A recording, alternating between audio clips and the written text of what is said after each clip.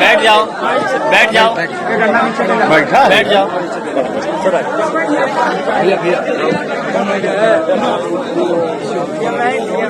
देखिए, हम लोग ज्ञापन क्या दिए हैं। सेवा में श्रीमान जिलाधिकारी वरिष्ठ कमिश्नर प्रयागराज, थाना खीरी, भैया लाइट दी तो थाना खीरी तुरुकपुरवा में हुई हत्या की घटना के संबंध में महोदय निवेदन है कि खीरी थाना के अंतर्गत में हुई मृतक छात्र सत्यम शर्मा पुत्र मनोकामना शर्मा, जो कि परमानंद इंटर कॉलेज में पढ़ता था, जिसकी चचेरी बहन भी उसी वक्त इंटर कॉलेज में अध्ययन कर रही थी। छात्रा के साथ अमानवीय व अनैतिक छेड़खानी के कारण विरोध करने के परिणाम स्वरूप उक्त छात्र सत्यम शर्मा की मोहम्मद यूसुफ पुत्र नवाब अली ग्राम तुरुक्कापुरवा ग्राम प्रधान खीरी, मोनीस पुत्र अज्ञात तुरुक्कापुरवा ग्राम खीरी सहित अन्य मुसलमान गुंडों द्वारा बर्बरतापूर्ण ढंग से लाठी डंडे से पीट कर निर्मम हत्या कर दी गई। दिनांक 28/8/2023 को समय लगभग 3 बजे। भैया सब लोग बैठ जाइए, शांत रहेंगे तभी पढ़ेंगे, सबका सुनना जरूरी है। जिसके संदर्भ में मृतक के परिवारजनों द्वारा निम्नवत मांग रखी गई है। मांग नंबर 1, छात्र सत्यम शर्मा के हत्यारों के ऊपर सख्त कठोर कार्रवाई की जाए। दूसरा डिमांड, छात्र की हत्या करने वाले और उसका साथ देने वाले हत्यारों के घरों में ध्वस्तीकरण का आदेश किया जाए।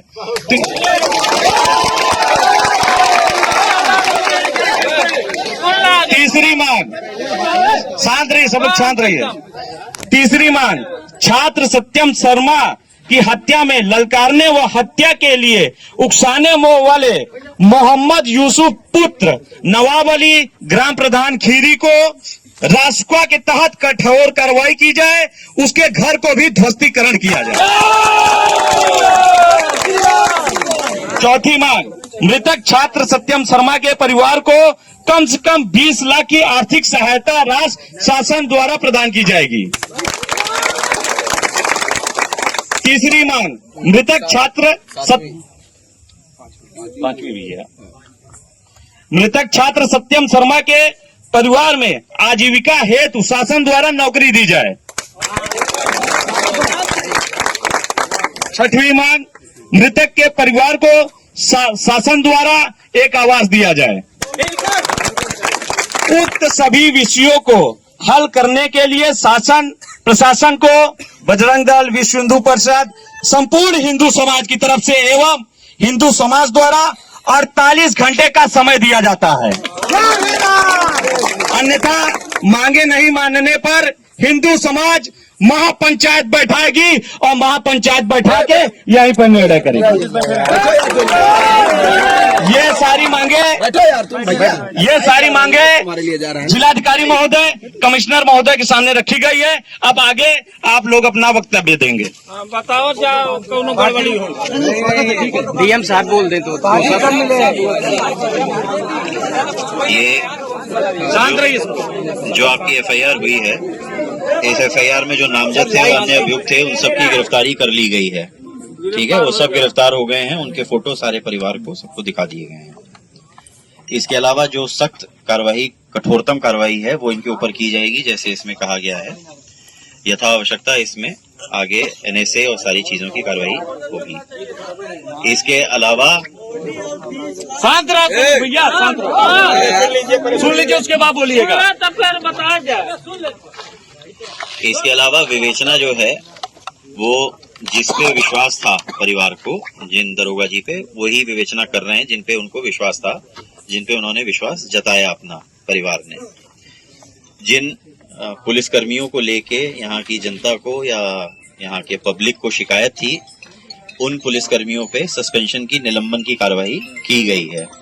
ये कल रात ही मैं आप लोगों को बता चुका हूँ, कल रात ही घोषणा कर दी थी। पुनः ये फिर से आपको बता रहा हूँ कि जिन पुलिस कर्मियों का नाम बताया गया था उनके लिए, उनके ऊपर दंडात्मक कठोर कार्रवाई कर दी गई है। बाकी की जो कार्रवाई है, जो अनुदान से संबंधित या अन्य चीजों से, उसके लिए मैं डीएम साहब से कहूंगा कि वो आपको बताएंगे।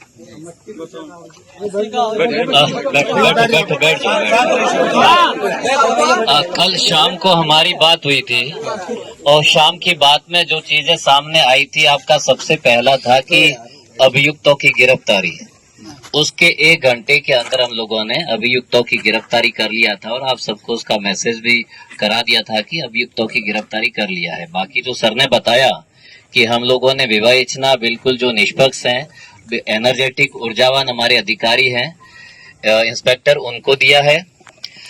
फिर अगली कड़ी में हम लोगों ने जिन पर दोषारोपण था या जिन पर भरोसा नहीं था, शिकायत था, तो उन अधिकारियों पे कार्रवाई भी हुआ है, वो सारी आपके सामने है। अगली बात आई कि परिवार की आर्थिक सहायता के लिए कल भी हमने बताया था, तो उसके लिए हम लोगों ने शासन से भी बात किया। आज जो हमारे सबसे बड़े अधिकारी होते हैं उनसे बात किया है, तो यहाँ से प्रपोजल हमारा जा रहा है जो आपने दिया है, तो इस पर हमें अनुमति भी मिल गया है, तो उस पर कार्रवाई शासन से होगी। और यहाँ जो लोकल सहायता हम लोग दे सकते हैं, चाहे जमीन का है, आवास का है, शौचालय है, ये सारा हमारे साथ होता है, हमारे पास होता है, तो हम इस पर कार्रवाई करेंगे। और परिवार को 3 आवास पहले भी प्रधान जी ने दिया है, तो हमें बड़ा अच्छा लगा कि एक परिवार को 3 आवास देना। जनरली सारे सोचते हैं कि हम हमारे लोगों को दें, लेकिन एक परिवार में 3 आवास दिया है। बाकी जिनका भी जरूरत है आवास की कोई दिक्कत नहीं, हम आवास देंगे और बाकी जो सुविधा का रहता है वो भी देंगे।